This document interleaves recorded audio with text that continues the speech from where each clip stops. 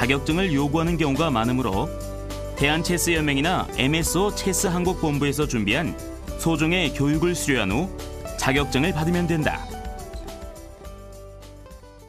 제가 체스를 처음 알게 된 건 초등학교 4학년 때였습니다. 초등학교 4학년이었는데 아마 영화를 보다가 배 위에서 체스 대회하는 장면을 봤어요. 근데 이제 그때 당시에 지금은 잘 몰랐는데 지금은 그걸 크루즈 대회라고 해서 선상 위에서 이제 하는 체스 대회인데요. 근데 어린 나이에 이제 보니까 멋져 보이기도 하고요. 그때 체스 기물을 그때 처음 본 건데 뭐 나이트가 막 움직이고 그다음 이제 비숍이라든가 여러 가지 기물들이 이제 움직이는 거 보니까 어린 모습에서 봤을 때 되게 멋져 보이더라고요. 그래서 야, 저거 뭔지 몰라도 한번 저거 배워보자. 저거 한번 알아보자. 물론 그때 당시에 제가 바둑이나 장기를 좀 둘 줄 이제 배워서 둘 줄 알았기 때문에 그런 이제 보드 게임류를 또 좋아한 것도 있었습니다. 그래서 아마 이제 체스를 배우기 위해서 아마 동네 이제 그 문방구에 가서 체스 기구도 사고 그리고 그때 당시에 사실은 지금은 체스책 좋은 체스책 구하기는 쉽진 않지만 그때 당시에 이제 체스 책도 또 더 잘하고 싶으니까 책도 이제 구입해서 보고 해서 이제 체스를 배우면서 제가 꿈을 가졌죠. 그래서 아마 외국인들도 만나서 체스 대회도 하고 그리고 체스 잘하면 또 외국 여행도 자주 다닐 수 있나 보다. 어린 시절부터 같은 또래에서는 장기를 잘 둔 편이었다는 주인공. 체스를 시작하면서 외국인들과 만날 기회를 자주 갖고 또 게임도 했는데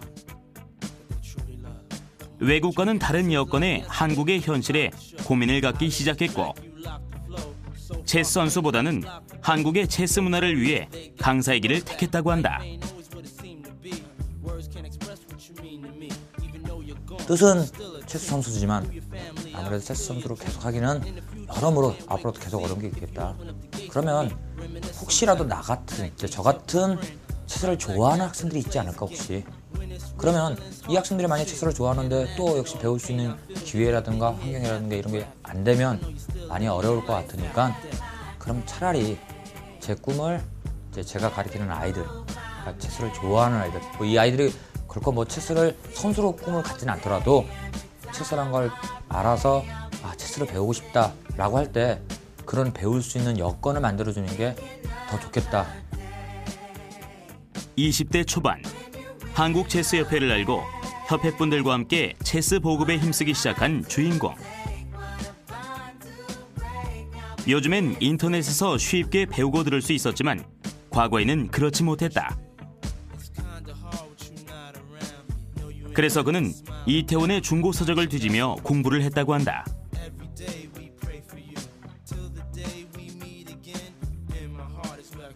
이제 미국인들이 다시 본국으로 귀환할 때 짐을 정리하면서 체스 잡지 같은 거, 체스 라이프라고 합니다. 체스 라이프 같은 것들을 많이 이제 버리고 가는 경우들이 많이 있었어요. 그래서 뭐 일주일에 한 번, 아니면 이제 좀 길게 하면 한 달에 한 번 정도 거기 가가지고 그런 체스에 관련된 책들을 뒤져서 이제 그런 걸 하나 찾으면 이제 거기에 보면 체스 기보가 있어가지고 이제 외국에서 두었던 게임들 같은 그런 기보가 남는 게 있습니다. 기록들이. 그래서 그런 기록들을 제가 직접 두어가면서 게임을 이렇게 뒀구나 라는 걸 제가 이제 익히고 또 왜 이렇게 두었는지도 한번 연구도 해보고 그리고 이제 그런 문제 거기에 보면 문제도 많이 나와 있기 때문에 그런 문제를 풀면서 답도 찾아내고.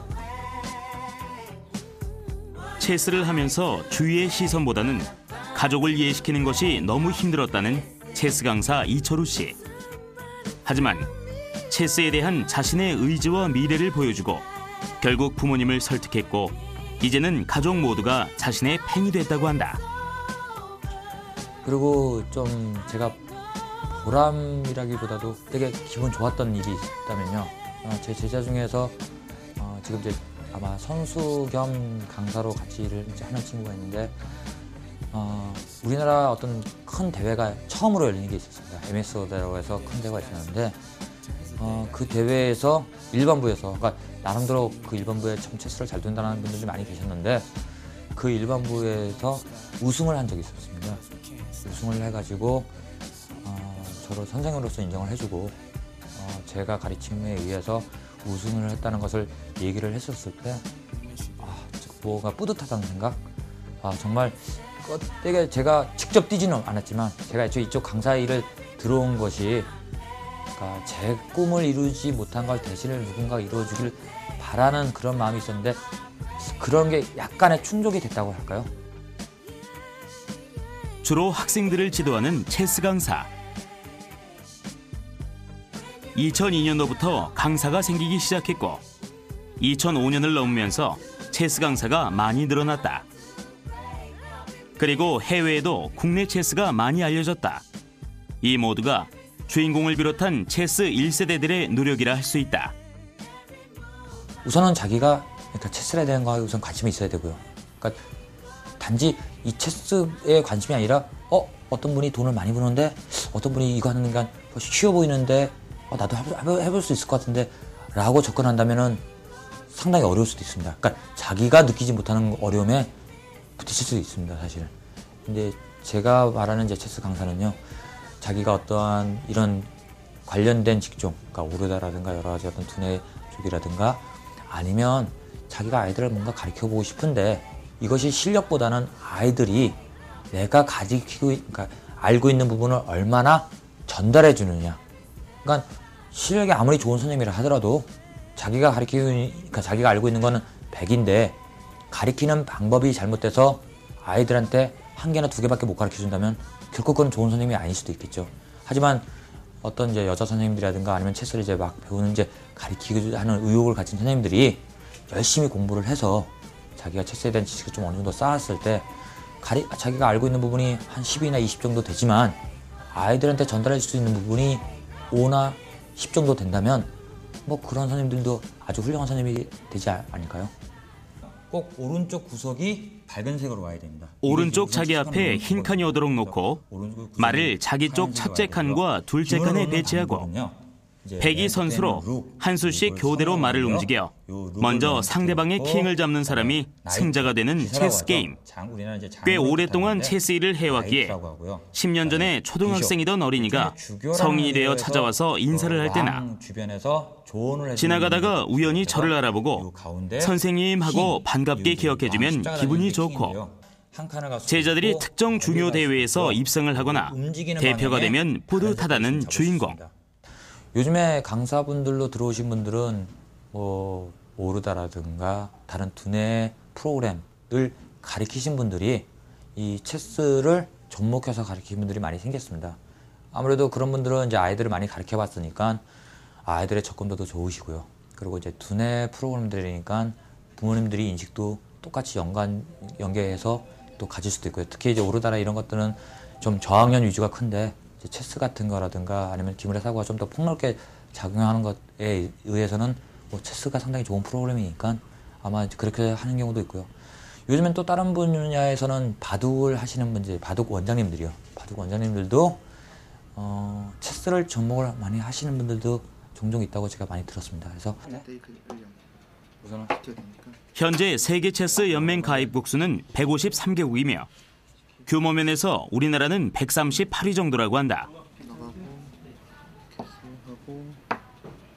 2008년도에 독일 데레스덴에서 열린 제38회 체스 올림픽 단체전에는 세계 각지의 남자 148팀과 여자 114팀이 참가해 사상 참가자 수와 참가팀이 가장 많은 한 차례의 체스 올림픽이 되었다. 그거는 좀 그렇고. 좀 안 좋은 수라서. 폰 한 칸 올리는 건. 국내에서도 1999년 MSO 대회를 시작으로 큰 규모의 체스 대회가 진행되면서 전국 규모로 활성화되어 2008년 대한체스연맹이 발족되고 국제적인 대회 진행을 시작하였다. 아직 국내는 여러모로 태동기에 불과하지만 계속적인 시행착오를 겪으며 발전해 나가고 있는 것이다.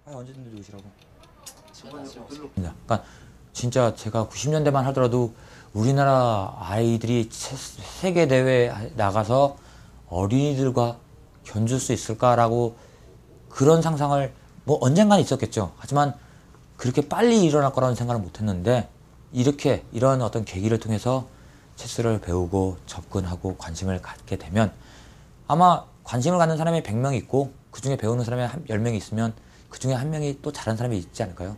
그러다 보면 결국 보급이 많이 되면 그만큼 많은 사람들이 관심을 가지고 그러면 많은 사람이 관심을 가지면 또 많은 사람이 배우게 될 거고 그 중에서 체스를 잘 두는 사람들도 또 생길 수 있는 거겠죠. 지금 현재 제가 하고 있는 일은 문화센터로 시작해서 학교라든가 또는 뭐 개인 지도를 통해서 아이들을 가르치고 있습니다. 그런데 좀 더 제가 이제 얼마 전에 책도 썼지만요. 좀 더 체계적인 어떤 교육을 통해서 그런 이제 일반인들 대상으로도 가르치고 또 하나 이제 체스를 배우고자 하는 강사들 대상으로 제가 지금 15년 이상을 체스를 가르치다 보니까 아마 나름대로 노하우는 생겼습니다. 어떻게 가르치는 게 좋고 어떻게 해야 되는지 뭐 그런 노하우들을 또 가르칠 수 있는 그런 학생 제자가 아닌 선생으로서의 제자들을 아마 또 키우고 싶은 게 하나의 제 꿈입니다. 체스는 가로 세로 8칸, 흑백이 번갈아 교차되는 64개 격자 무늬의 체스판 위에서 백과 흑 두 사람이 벌이는 게임. 늘 그렇듯 겉보기에는 너무나 간단해 보이지만 체스판은 단순한 격자 무늬판이 아니라 목숨을 걸고 출정하는 피비린내 나는 전쟁터로 킹을 지키는 것은 자신의 왕국을 지키는 일처럼 절대절명의 과제이기도 하다.